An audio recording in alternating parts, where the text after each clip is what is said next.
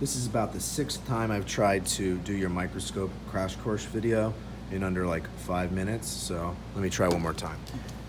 There's just a few simple things that you really need to know in order to use the microscope. Number one is that you are always being careful with it and that you're being respectful of it.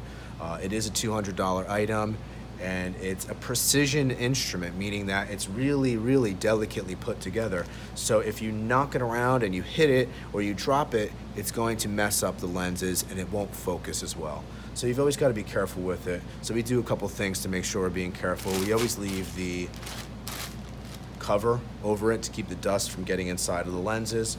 And whenever we're transporting it or carrying it around, we're always holding it firmly from the arm and the base to make sure that we're not going to drop this, because that would be the worst thing that could possibly happen, is that we drop the microscope. That will definitely break it. So we got to make sure we're holding it with two hands at all times. And when we're passing it around or when we're showing people and we're turning these knobs here and here, we're not forcing things or being too rough with it or dropping it or bouncing it around, making sure that we're being really respectful of it and being careful with it. So, how to actually use it. Using it is really simple. You always got to make sure the power's on, first of all, which is the button on the back right here. So once the power's on, light is going to come up from here and go up through all of our lenses. This is the eyepiece. This is where I'm going to look if I want to see whatever's on the stage here. So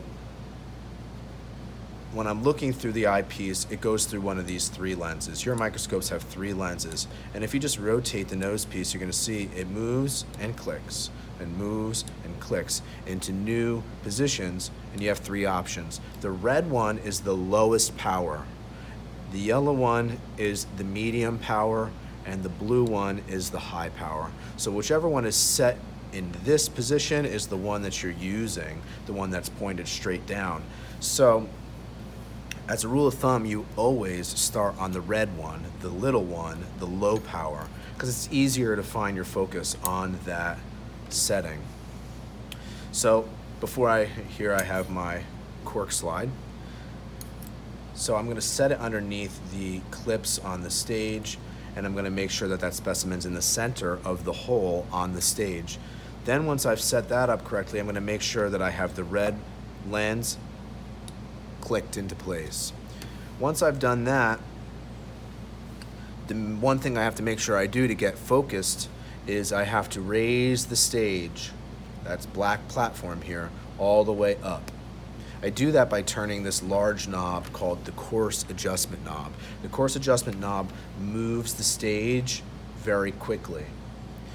The fine adjustment knob, the small knob, moves it very, very little bit.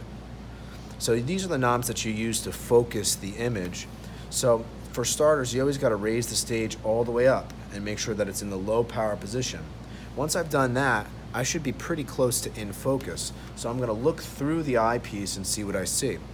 Hopefully, if you've done everything right, you should be pretty close. You should see something.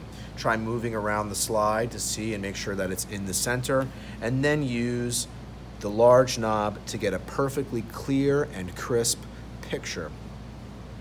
Once the picture is perfectly clear and crisp, I'm able to move on to the next objective lens, but I cannot move on until I've got a perfect picture with the low. So it's perfect, it's focused, I can switch to the next one, and again, I use the knobs to get that perfect clear image. Once I have a perfect clear image, then I'm able to move on to my highest power, which is the blue lens. One big rule for making sure you don't damage the microscope or your slides is to make sure that once you're in the high power setting, which is the blue lens, that we do not use this knob anymore. We can only use this knob, because you'll notice that if I use the large knob, I might break the slide because the stage moves too quickly. So you got to make sure you don't do that. Otherwise, it's all about trying and trying to get it right. If you're struggling, make sure you just keep going back through the system. If you can't get it focused on the blue, go back to the low power, get it focused again, and work your way back through each stage. And keep trying and keep trying. Eventually you will get it. It just takes a little bit of learning. Eventually you'll be a master at it.